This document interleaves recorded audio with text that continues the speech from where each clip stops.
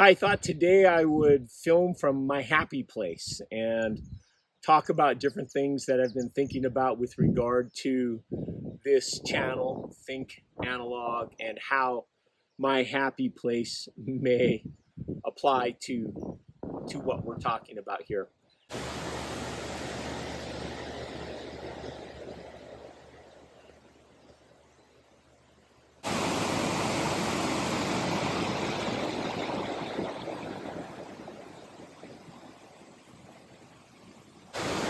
Go forward.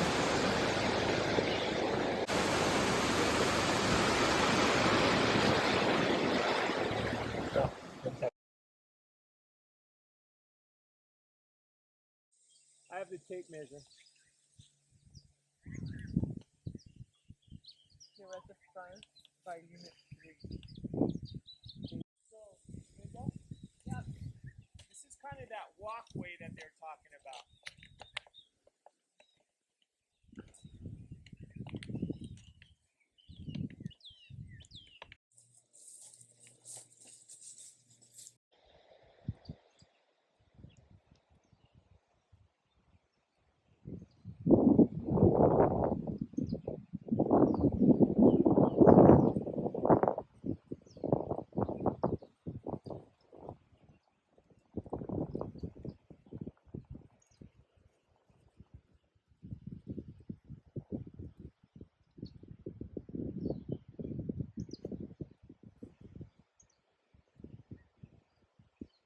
It occurred to me when I was thinking about this presentation today that I've had a lot of mentors in my life, and I wouldn't be here today without the mentors that had helped me understand certain things that I needed to do and understand and risk. And I don't know if it's true today or not, but since this generation, that the 20-year-olds, the 30-year-olds that are coming out have all of the information in their hand in a phone, it doesn't seem to me that they're really looking for mentors.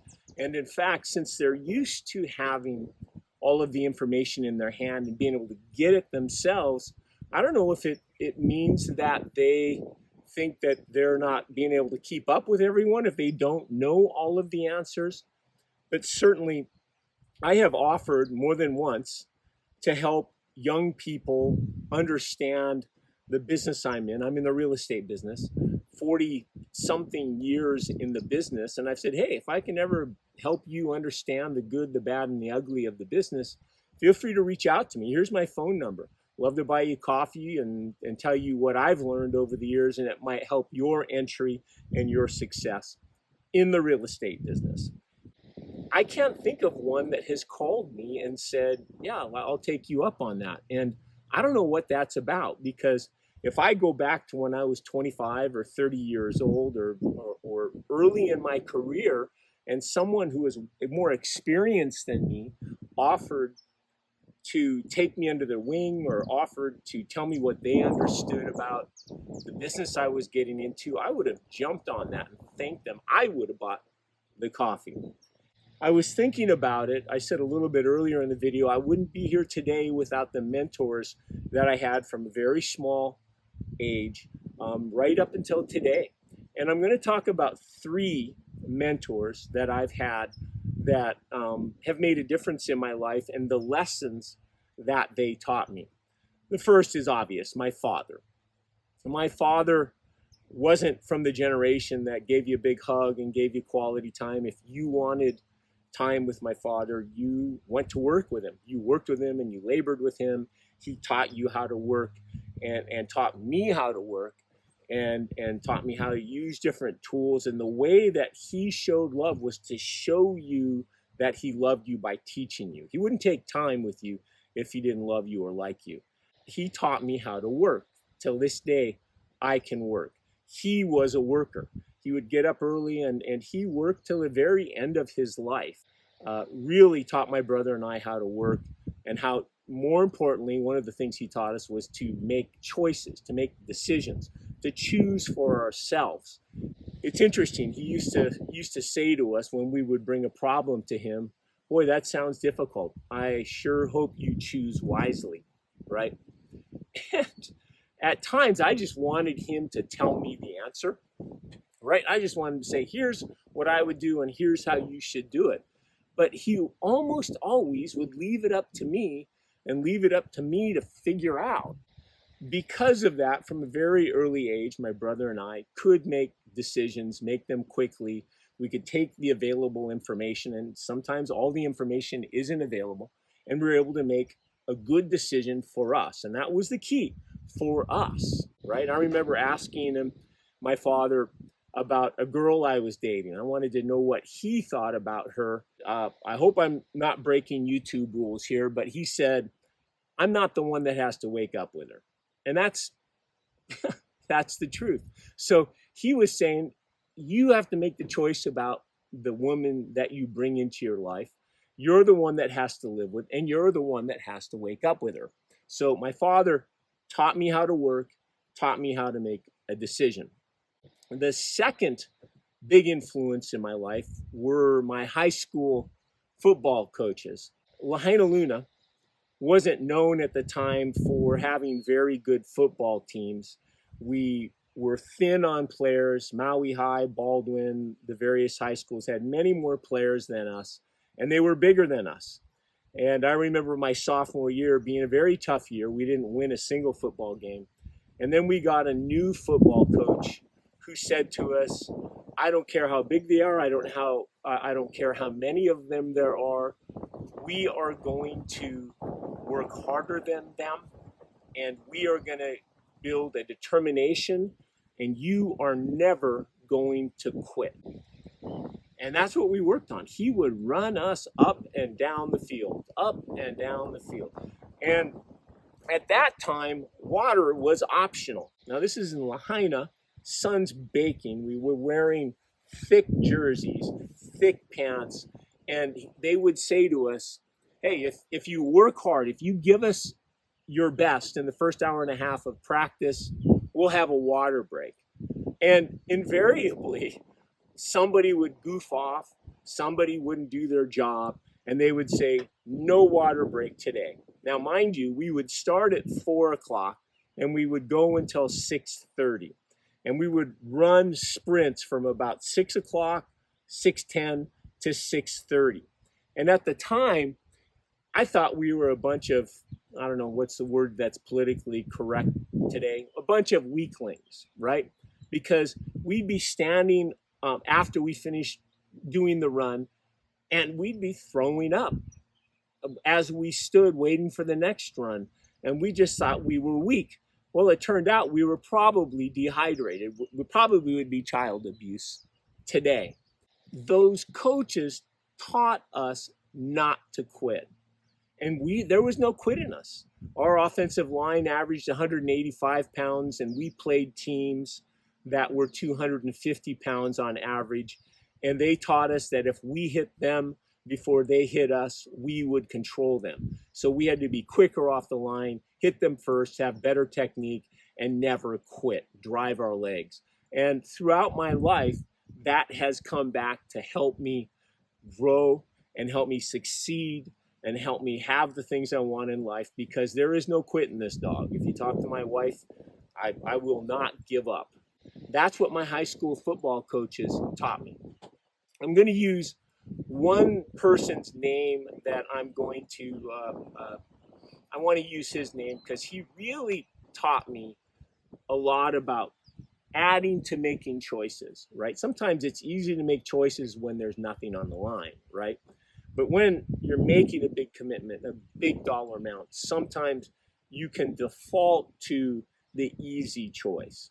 And his name is Jim Wilson.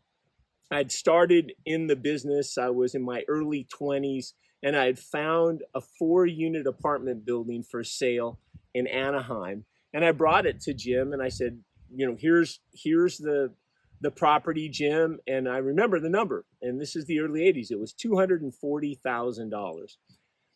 Jim looked it over, and he said, wow, this is a really good buy. You should buy it. And I said these words to him.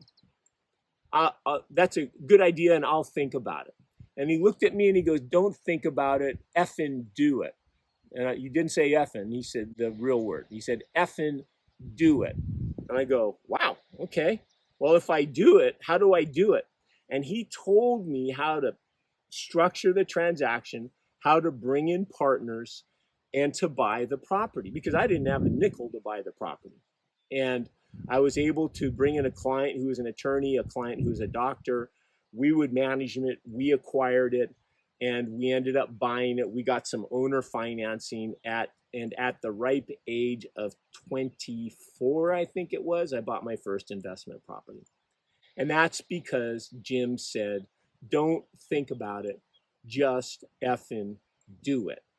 And throughout my life, how it ties to today is I approached investing that way. And I, flash forward to, I think it was 1985 or 86. I was at home on Maui visiting my father. We were always looking at investments and opportunities. And we went out with a fella, great guy, no longer with us. His name is Mac Lawson. And he was showing us land because we wanted to develop houses and apartment buildings, right? And there weren't any that made sense. It was working out to 30 or 40,000 a unit, and then you had to spend another 150,000 to build it, and it just made no sense. Before we walked out of Mac's office, I said to Mac, "Hey Mac, is there anything else that you have for sale that's interesting?" And he goes, "I've got this 30-unit apartment building in Honokowai, and it's really run down. It's not been selling." And I go, "Really? Well, tell me about it." And I knew investment properties. He goes, "Yeah, it's $1.1 million." And I did the math in my head. I said, 30 units, $1.1 million, that's 30-something thousand a door. When we were looking at buying land for that price. And I tried to just remain calm because it sounded like such a great purchase, right? And I said, maybe we'll take a look at it. What's the address, right? And he gave me the address, and we're walking out of the office, and I was so excited. I didn't want to be too excited. My father's walking with me. I said to my dad, Dad, I don't care if this property is falling down to the left or to the right. We're buying this. And at that time, $1.1 million was $1.1 million. Might have been, in today's world, should have been $10 million. Again, I didn't have a nickel to rub together, but I knew the investment opportunity. It presented itself. The numbers worked. I went back to what Jimmy Wilson said to me. He said, just effing do it. We put it together. I was making some commission. I put my commission back in. My father put in money. This is the old days of banks when you had relationships, and my father had a relationship with a banker, and he said, "Al, that's a great deal. I'll lend you 90% of the money," which is unheard of in today's world. And we bought that property. Here's how it links to today. I'm at my happy place here on the North Shore, working on a piece of land that I cleared with these hands, and this is my third pair of gloves. And if I hadn't run into Jim back in 1984, and if he hadn't taught me just effing do it, I would not have sold the property in Lahaina, bought property in the mainland, 1031'd out of a property into here 10 years ago. I would not be sitting on this land today. And that's all because of two things. Number one, taking a long view of things. And number two, listening to my mentors. And that's the point. I'm hoping that Think Analog is going to be that for those of you that subscribe and want to learn more from someone that's been around the block a few times. That's the whole idea, that you have to take action. This is not a video game. We only have a limited amount of time on this earth, and we better damn well make it make sense for us so that we can use it. And I wanted to share that with you. I'm going to have some quote unquote B-roll in here somewhere. You may have seen it already because I haven't edited this yet. That shows you how secluded this property is, but it's 28 acres. It's entirely off the grid. I have solar panels and DC electric and AC electric and propane.